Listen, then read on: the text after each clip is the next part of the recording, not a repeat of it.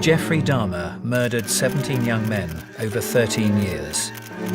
He would cut open his victims for his own sexual pleasure, preserve their severed body parts, and towards the end eat their thighs, biceps, and hearts.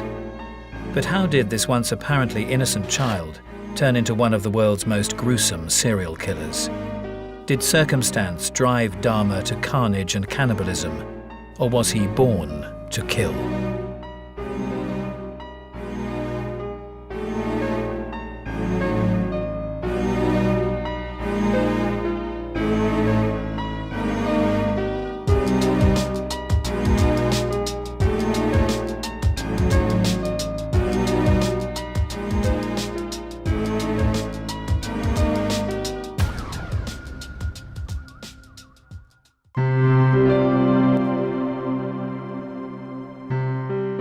Jeffrey Dahmer was one of the most infamous serial killers of modern times.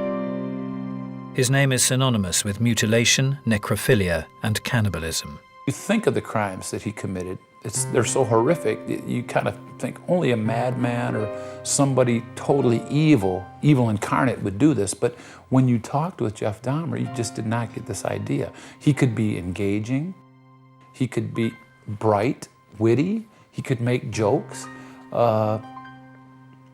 He was able to fool a lot of people. People that worked with him had no idea that he was a violent man. This was part of the real danger of Jeffrey Dahmer. He could join you or me at lunch and no one would detect that he was a violent person. Jeffrey Dahmer on the surface was not an abnormal appearing individual. He was fairly good looking, he was well spoken, he was articulate. Never in a million years would I have guessed a homicidal maniac. To me, he's always been really a tragic figure, which is kind of hard for a lot of people to understand. But I don't really think of him as, the serial killer monster. I just think of him as this kid who was spiraling out of control and nobody stopped him.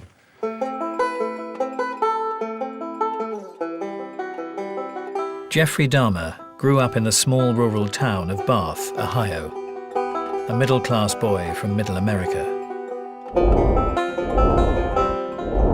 Robert Ressler, an FBI behavioral analyst and the man responsible for coining the phrase serial killers, was called in to interview Dahmer. His years of experience interviewing serial killers such as John Wayne Gacy gave him a unique insight into Dahmer's mind. There is no evidence with Jeffrey Dahmer of any severe mistreatment or abuse in his childhood. His mother had a mental problem. She was depressed most of the time. She slept a lot and dropped out of family activities. The father was a PhD chemist and a very busy and very intelligent man who spent a great deal of his time at work. Pat Kennedy worked the beat in Milwaukee for over 25 years. Back in the summer of 1991, he was assigned to the Jeffrey Dahmer case and spent 6 long weeks with him. He knew him better than most. He was a product of upper white middle class. He was educated. He came from a family of means. Yet the fractures in his parents' relationship left a young Jeffrey feeling isolated. His interests turned to animals. He viewed them very differently to how most children look upon their pets. He stated when he was a very young child, 7 or 8, he had found a decomposed squirrel. And the bones were there. He kind of took it apart. He said that he found a roadkill and he wanted to see what was inside it, like a raccoon or a dog. He brought that home. A dead dog that he found on the side of the road was hit by a car, cut that open and looked at the insides of that. Jeffrey started to do this from a very young age. He would roam the surrounding countryside looking for roadkill to add to his growing macabre collection. His fascination with bones would continue into his adulthood, but he would eventually move from animals to humans.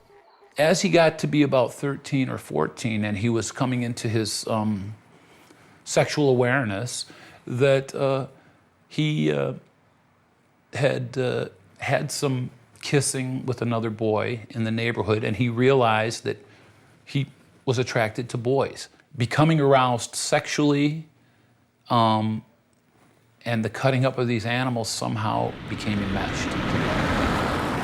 So what he did as a young man with animals, he eventually did do later on in life with human beings.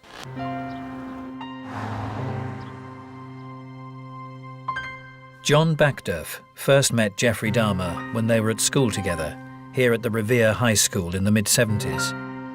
John, professionally known as Durf, has since created a comic book illustrating his teenage years with Dahmer. Dahmer? Well, he had a pretty rough time here, as did a lot of us. You know, he was a constant victim of harassment and abuse. He was beat up a lot, especially early on. Later, you know, they sort of got bored with him, but early on, I imagine he had it pretty tough. Dahmer discussed his childhood at length with Robert Ressler. This is the first time these recordings have ever been heard. I was up visiting a friend's house, walking back home in the evening, and I saw these three seniors from high school approaching me in the darkness. And I just had a feeling that something was going to happen. Sure enough, one of them took up a billy club and whacked me on the back of the neck.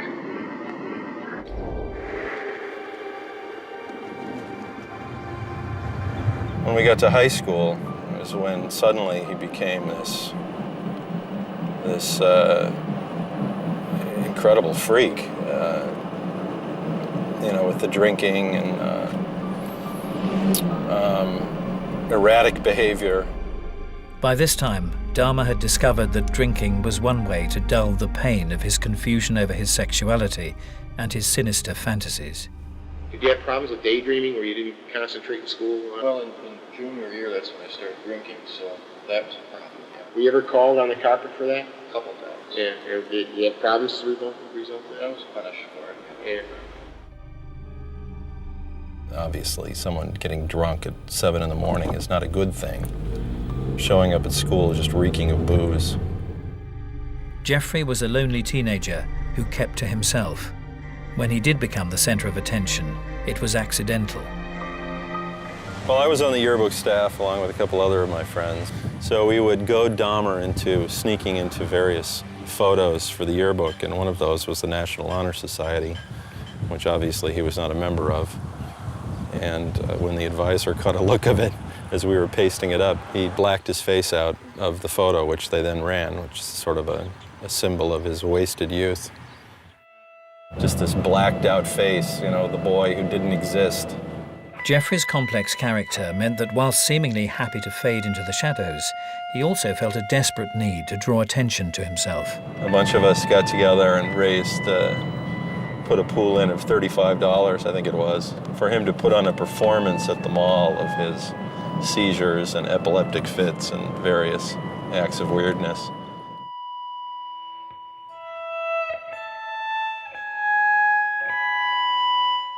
Durf also remembers stories of Dahmer experimenting with animals. His odd behavior was evident one fishing trip. Pulled a fish out of the lake, just a little sunfish, and took out a pocket knife and slashed it to bits. And my other friend said, "What the hell did you do that for?" And Dahmer responded, "I just wanted to see what it looked like." As a teenager, as an extension of his childhood fascination of dead animals, Dahmer began to construct fantasies of sex with dead or unconscious men. Dahmer told me that on one occasion he had seen in the newspaper an account of a young man who was killed on a motorcycle. And he fell in love with the individual just from the photograph. He actually went to the funeral home to view the corpse, but he became so aroused that he excused himself into the bathroom where he masturbated. This was also apparent in his fantasy of killing a local jogger. He thought he would wait in the bushes with a baseball bat. This guy would come by and he'd bonk him in the head and he'd have this guy. And he actually said he went out and waited for the jogger one day with a baseball bat, but he didn't come by that day. The breakdown of his parents' marriage meant that 18-year-old Dahmer was left alone with his fantasies. His mom split, and his dad had already left, and he was left alone in the house. But the adults really failed him, there's no question. His parents, his teachers. Were you pretty upset by that breakup? I knew it was inevitable. Yeah. It was pretty obvious. Yeah, I was upset. Yeah. Depressed. Yeah. Nothing to do. Yeah, for sure.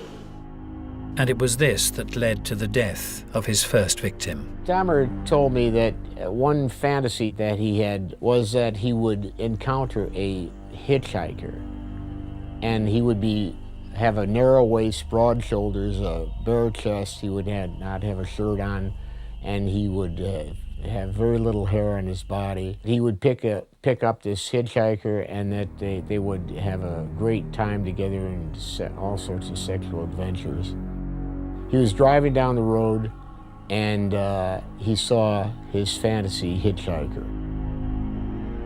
The subject of Dahmer's fantasy was 16-year-old Stephen Hicks. Hicks was a free spirit who was hitchhiking to a summer festival. This was a common form of transport in 1970s Ohio. Little did Hicks know who he would encounter in this car. He brought the guy home. They had access to alcohol. They were drinking. They got a little intoxicated. But when the guy wanted to leave, Jeff did not want him to leave. He wanted him to stay because he was lonely, and also he was intoxicated. He said that when he tried to stop the guy from leaving, a little bit of a wrestling match broke out. And as they were wrestling around, that's when Jeff grabbed the hand barbell and smashed the guy on the head. Now, he said when he hit him, he wasn't thinking, I'm going to kill this guy. I just want to keep him here. Dahmer cut the body up and placed it in black bin liners. He loaded them into his car and was planning to dispose of them when he was stopped by a police officer for a minor traffic offense.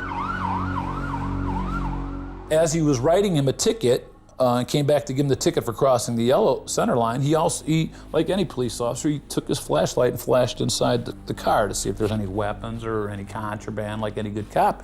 And he saw the 5 bags, and the guy actually said, hey, what's that back there? And he said, oh, that's just some trash I was gonna take to the dump, I just didn't get there yet. And the cop gave him the ticket for crossing the center line and left.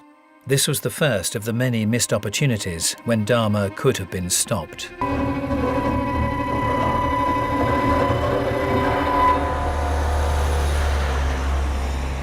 This is Dahmer's house. This is where he killed his first victim. He took it into this crawl space and apparently stripped the flesh off the bones underneath there. And when the cops went in there, turned this light on, and the whole thing lit up. Ceiling, floor, walls, everywhere, just covered in dried blood. He then smashed the bones up with a sledgehammer, stood in the middle of the woods, and spun in a 360-degree circle, throwing the remains as he turned. He said for the next couple of weeks he'd read the paper every day to see was there anything about this guy missing or anything. Never did. So he realized, I got away with murder. I killed somebody and nobody knows about it. I'm gay and nobody knows about it. Again, from the very beginning, more secrecy became part of his life. It also tortured him. And that's kind of how it started, and then it just grew from there. It would be 9 years before Dahmer would kill again. Once he did, he would be unable to stop.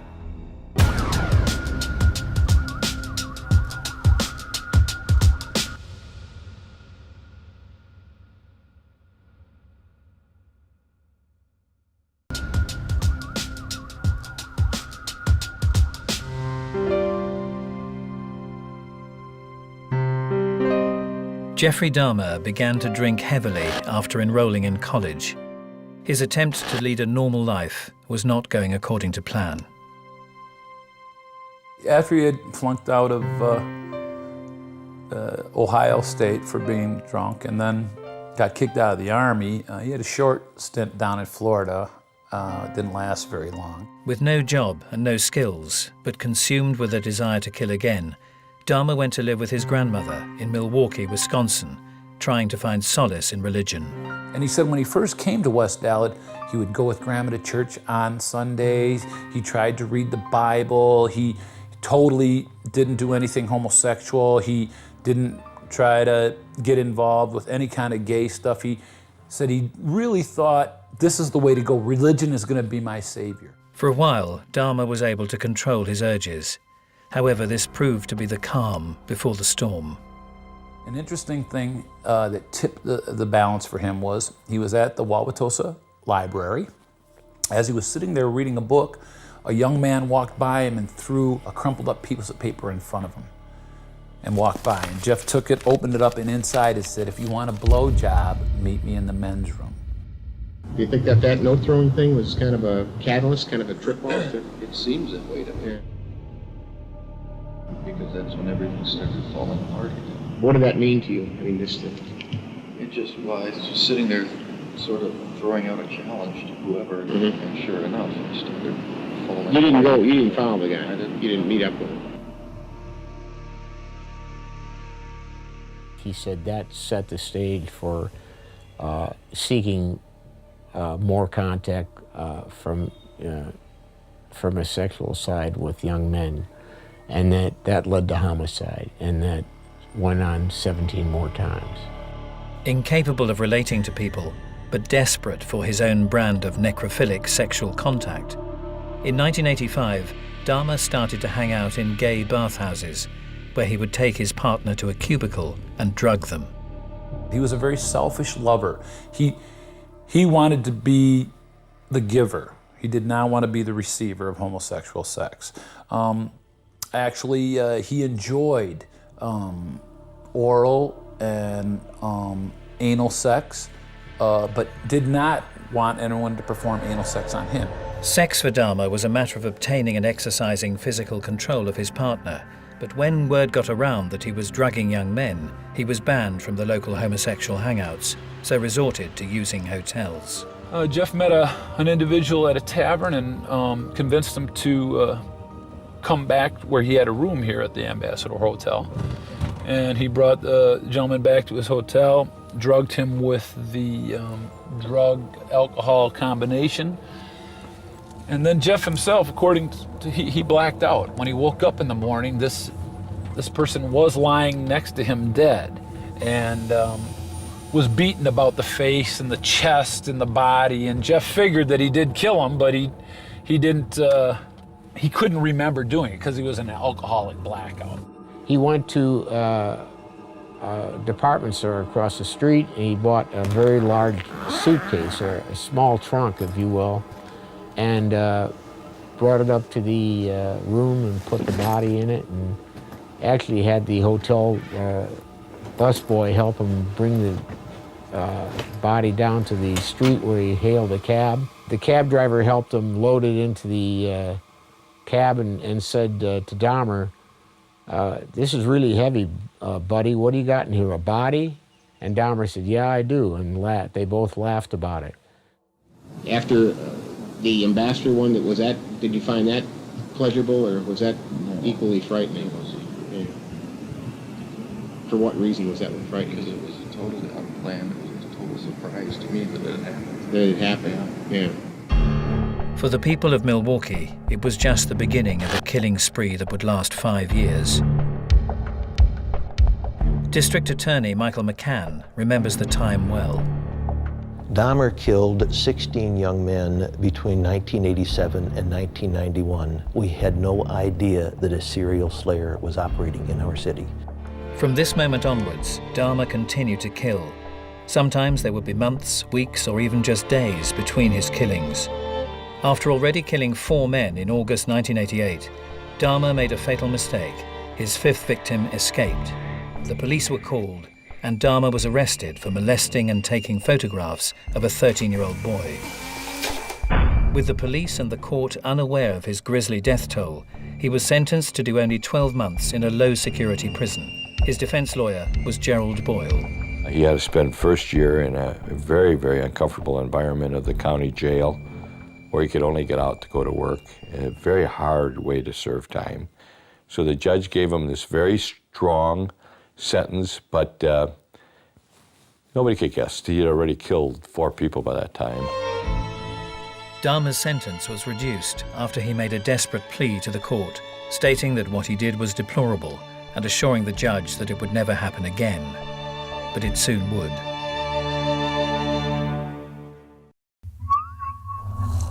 Dahmer needed to get his own place. He moved from his grandmother's house to flat 213 Oxford Apartments. So here's the building where it used to be, and now the city has done nothing with this. Absolutely nothing. It just sits there fallow. Now the building was in this design. It was a rectangle, 3-story, white stucco, 36-unit apartment. Behind this door was a place for Dahmer to fulfill his fantasies and commit horrendous acts on others, a place of death and destruction. He would pick up many of his victims from gay bars. This area here is pretty much where kind of the gay area kind of starts. This place right here, 219, was the place he liked to go for the, they would have the drag shows. And right next to it, C'est La Vie was another one of his favorites. As we go this way, there's a couple. Now, he was considered kind of a honey. I mean, he was a nice looking guy. I mean, people thought he was nice looking. And like I said, I wish I could be as lucky with women as this guy was with men. I mean, he got laid a lot. And he didn't kill everybody that he was sexually involved with. Local bartender Tony Dahmer remembers Dahmer well. Come to the back bar and he'd order a drink and he'd get a drink and he'd go and he'd sit in the corner. He was in his own little world, or like he was always waiting for something, which obviously he was. Now, you know. It was here that Dahmer met Tony's good friend, Eddie Smith. Eddie was such a wild, crazy person, so you couldn't help but like him, which, you know, Dahmer did. And so they knew each other real well. You know, well enough to make him comfortable enough to go into a house and take photographs. Eddie dreamt of becoming a model, and Dahmer knew all the right things to say. At $100 a session, it was easy money. Eddie would be sitting at the bar, and all of a sudden, you know, sometimes he would turn around and say, I gotta go, gotta make some money. And I'm like, where are you going? And he'd just turn around and look towards the hallway, and I'd see Jeffrey standing right there. And I'm like, oh, you're going, okay. Well, call me when you're whatever, you know. On Wednesday, the 24th of June, 1990, Eddie met up with Dahmer and was seen dancing with him at the Phoenix Club. He just left with Dahmer and never came back. It was only at the trial years later that Tony realized that the same quiet man who used to drink at the end of his bar was the same man who had brutally murdered his friend. The community was shattered, you know, I mean, people stopped coming out. That blew my life apart. It didn't just affect my life. But it wasn't just the gay community that Dahmer targeted. He was an opportunistic killer who was always on the lookout for potential prey. One of his victims was in the bus stop right here. Right up here is a young man from Upper Michigan who was just down here visiting.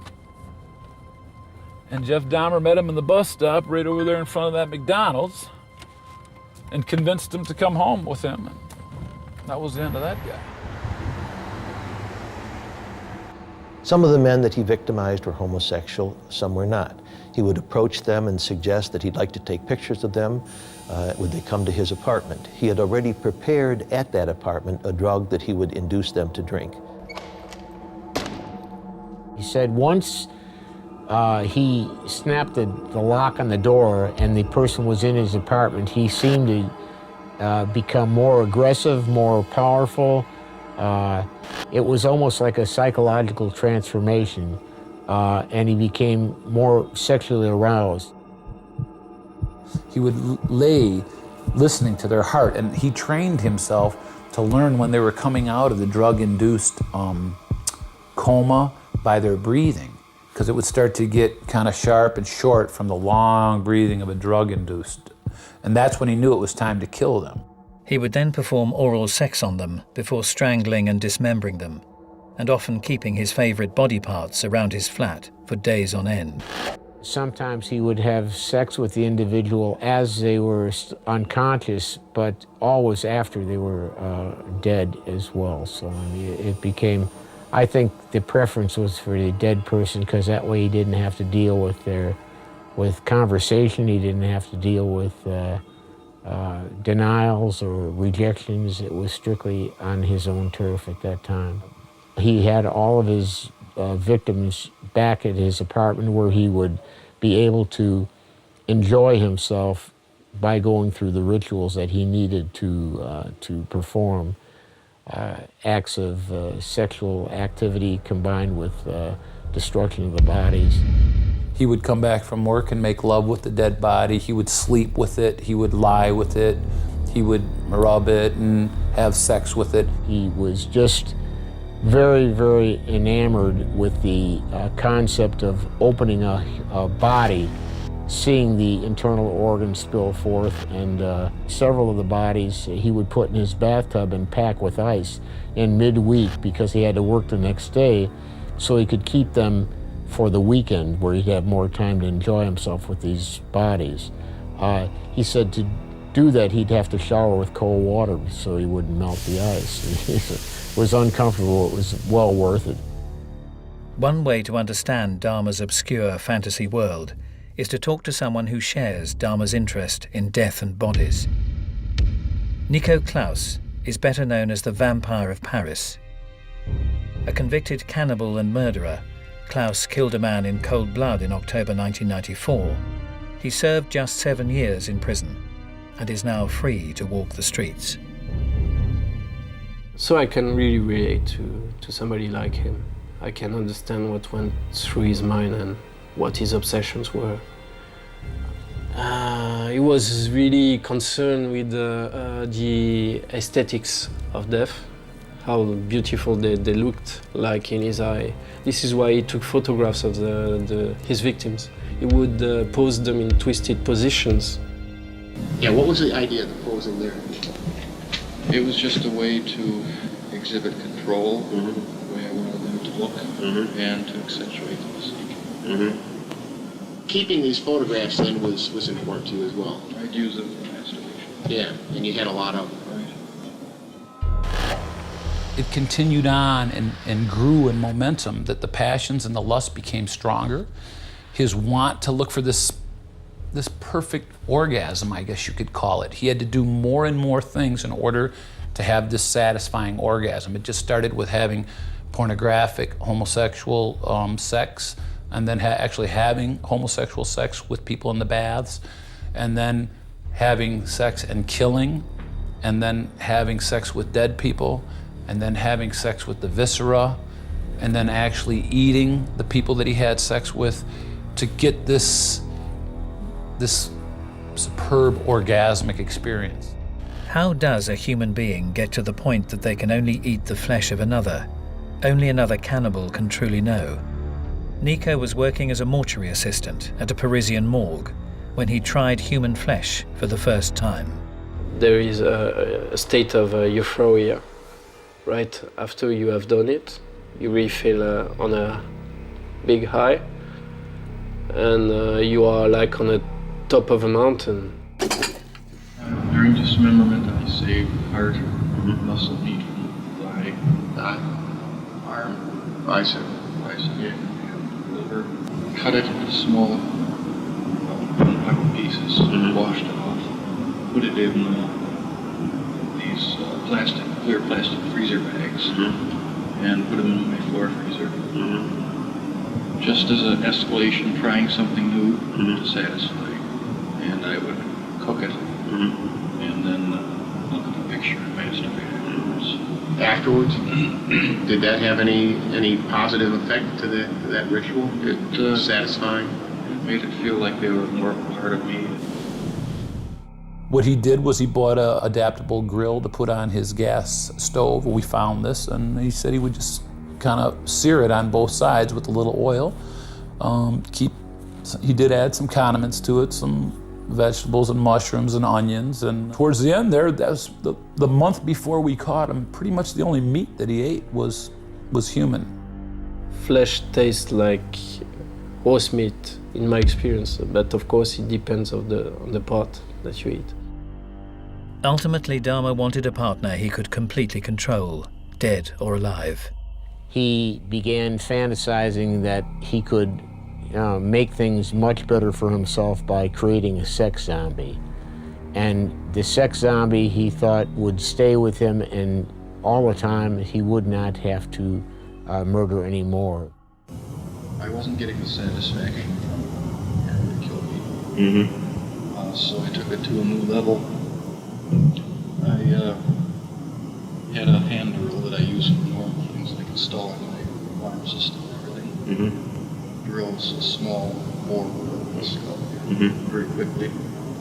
And with a large syringe, I filled that up with the resin, injected it into it. Filled it? Yeah, injected it into the front lobe, hoping to produce a zombie-like state. He was not interested in having a relationship with a willing victim. He wanted total control over a human body and do whatever he wanted. He had met 14-year-old Konarak Synthosymphony in the Mall when he tried out his new drilling technique, but he made the mistake of leaving him alone. I saw him sitting on the sidewalk. 2 girls were with him. They called the police. They had to think of a story quickly. They told him that he was a friend. He gets drunk. He was not wanting to go back, so one officer grabbed him by this arm, another officer grabbed him on the other arm, and they walked him up to the apartment. And they left. That's when I gave the second GP. Right away? And how long did it take from the guy? And that was Immediate. Yet again, like many before them, the police were taken in by the courteous Dr. Jekyll side of Jeffrey Dahmer's personality. But with the bodies piling up and a pungent smell emanating from his apartment, it wouldn't be long before he would start drawing attention to himself. Jeff said that this was a continual problem, the smell, that his neighbors, the building supervisor complained about the smell. Sir Packliber Princewill was in charge of Dahmer's apartment building and had to deal with the complaints. Somebody told me that it is coming from his apartment. And so I had to call him and ask him what's going on. Can't he clean up or what? How did that go? I'd either blame it on the freezer or the fish tank. He said he almost passed out. What was in that? 3 headless torsos. Yeah. Stripped of flesh. The man who brought an end to Dahmer's reign of terror was 32-year-old Tracy Edwards, who after escaping from Dahmer was running down a street with a pair of handcuffs on one wrist when he managed to flag down a passing police car. Had the officer been able to unleash that handcuff, that may have been the end of it. So they went back to Dahmer's residence. Jeff opened the door. They said who they were and what they wanted, but Jeff didn't have the key for the handcuff because the way he got the handcuffs back from his victims was by cutting off their hands. When they entered the apartment, one of the officers saw some pictures in a bedroom of a skinning of a human being, looked at the pictures, was surprised, then looked around the room and realized he was in the very room where those pictures had been taken. He yelled out to his partner, "Grab him." When I arrived, I saw Dahmer was arrested on the ground, handcuffed, and I was told by the officers to look in the refrigerator. At this time, when I did open up the refrigerator, what I found in there was an empty refrigerator with a cardboard box containing a freshly severed head of a black male. The eyes and the mouth were open. It should be stated that the interior of the refrigerator was immaculately clean. In the back was a box of Arm & Hammer baking soda, and on the side were condiments, mustard, ketchup, A1 sauce. And I felt fear from the bottom of my feet all the way to the top of my head. You can't make sense of anything that looks so bizarre. Dahmer's killing spree was finally brought to an end. What was motivating Jeffrey Dahmer to kill, dismember, and eat his victims? Was he sane or insane?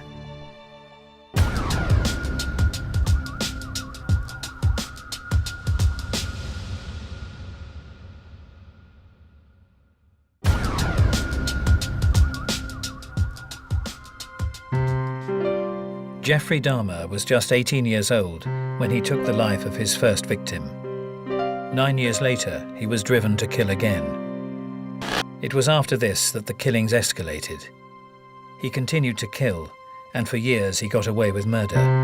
No one suspected the mild-mannered, good-looking, middle-class boy of any further wrongdoing. In a long list of these, I mentioned the judge that commuted his sentence, the first police officer that let him go in Ohio.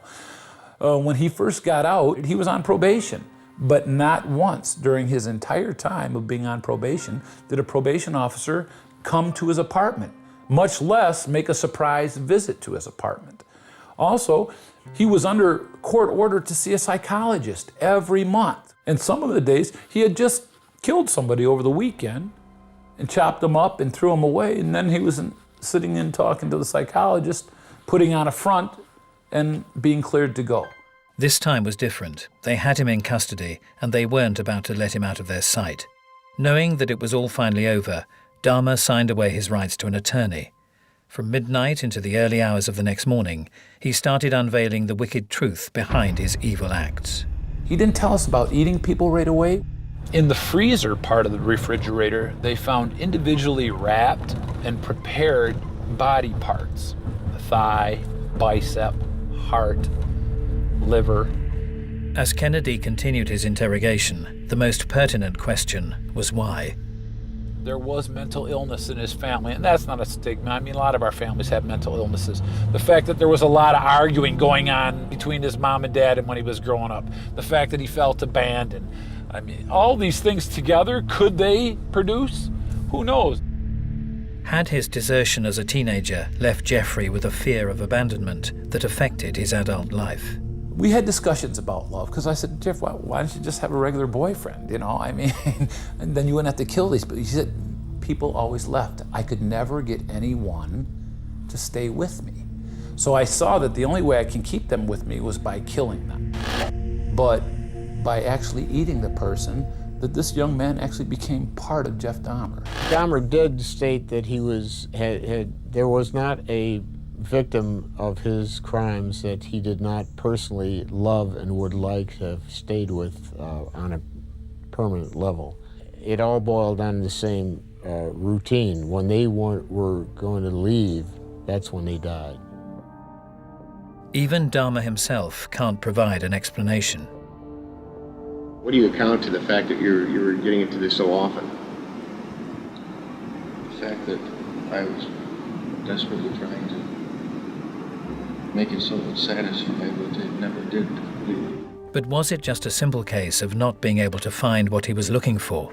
And you met somebody who consensually would set up a living arrangement with you. Would you have abandoned then the procedure that you stayed with? The person would have had to be totally compliant, willing to do whatever I wanted. And there's just aren't many people like that. That's true. There was never any doubt that Dahmer committed these heinous crimes. His 60-hour confession and the insurmountable evidence was to solve a complicated question. Was Dahmer sane or insane? If the court found Dahmer sane, he would spend the rest of his life in prison. If they judged him insane, he would go to a psychiatric hospital from which one day he could possibly be released. Prosecutor Michael McCann had a different approach to the trial. We have in Wisconsin what's called a bifurcated trial. We use the same jury, but we do it sequentially. First, did he do the slayings? Secondly, was he sane or insane at the time? So the second part of the trial was the real issue. That went on for several weeks in this very courtroom. Dahmer called on his old defense attorney, Gerald Boyle. Boyle felt his client had to be insane. Killing didn't obviously mean anything to him. He had no conscience. So he was not going to be rehabilitated no matter who was working with him. To the average person, killing and eating another human would not be considered a sane act.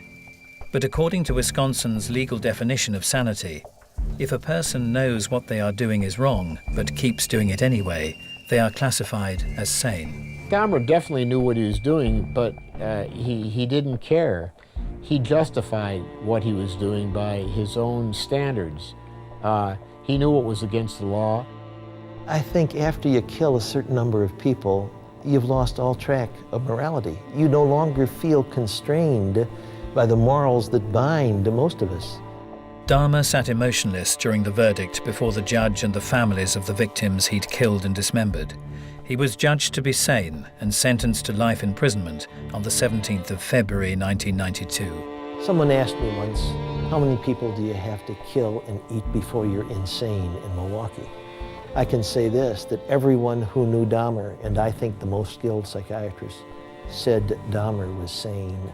That is even more frightening than believing Dahmer was insane. I believe he was sane and tragically evil. I felt that that was a just end for what he did. He needed to be removed from society forever, for the rest of his life. And I think that's what he should have got, and that's what he got. Of course, we had 15 verdicts of guilty and 15 verdicts of sane while committing the crime. And then, of course, the sentence of the court was such that so long, 900 plus years, that he would never be released. When Dahmer went to the maximum security prison at Columbia, he came in contact with a minister or ministers and started reading the Bible and attending chapel there.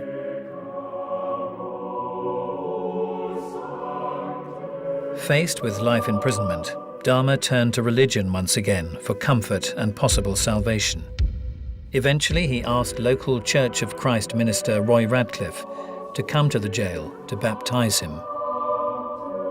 After I agreed to baptize him, he heaved a deep sigh of relief because he was afraid that I would say, I can't baptize you because your sins are too grievous, your sins are too bad, your sins are unforgivable.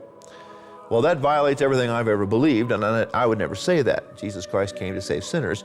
Jeffrey Dahmer was a sinner, and it's as simple as that. It was our first Thanksgiving holiday that was coming up, and so he made a big deal about giving this card to me, and it was written out and so forth. He talked about how much he was grateful for all that I'd done for him and how thankful he was that I was in his life and I hadn't given up on him. The only emotion he ever had confessed to regarding his murders was love. It wasn't hatred at all. And I never saw a sense of malice or anger or hatred toward any of his victims at all.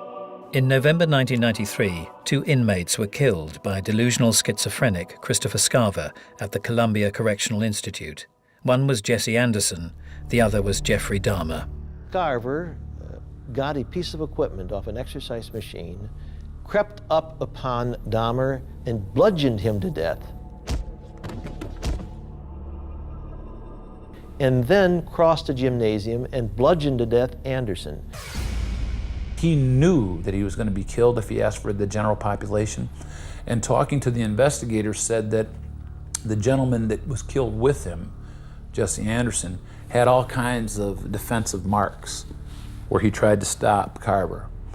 But Jeff Dahmer had no defensive marks on him, that all his strikes were from the beginning, from the head. And a very interesting thing, what I thought was interesting, was he was killed with a hand barbell, which is the same instrument he used to kill his very first victim. He was a young man that I felt a friendship toward, and I'd lost a friend, and so I was very much in shock and disbelief about it at first. I felt somewhat sorry for the man being beaten to death by another inmate. Didn't seem right. It's not supposed to be what happens in prison. It did kind of shake me up a little bit. I don't know if this means I'm, not the macho guy I wanted to be, but I felt really conflicted about it. Because I had got to know him, I saw him as a very tragic figure. I guess I felt sad that he was dead because I don't believe anybody needs to die like that. He died pretty brutally, but you can't say he didn't deserve it, but still. I think at that point it's probably a relief to him, I would think. That was no kind of life. I was kind of elated. I was kind of happy. I'm like, well, good riddance. I'm glad it's over. That's the least he can do for me, for taking my friend. And he didn't deserve to live, not after that. Jeffrey Dahmer was cremated immediately, although his brain was removed at the request of his mother. She wanted the brain studied because she's trying to offset the belief that Lionel had suggested that somehow his brain was deformed. About a year later, the scientist involved with the brain decides there's no abnormality with his brain. Was Dahmer's behavior simply down to nurture? Was Dahmer not born to kill?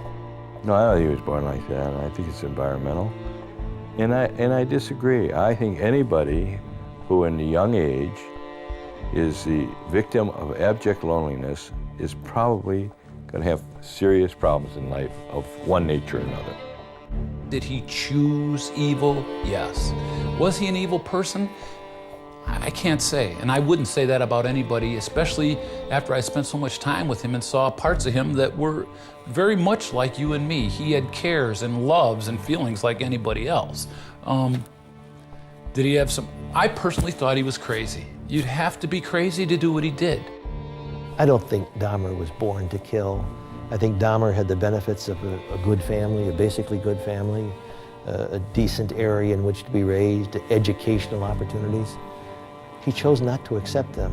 Whatever factors led to Dahmer's path of destruction, it will take the city of Milwaukee a long time to return to normality. He scarred the city.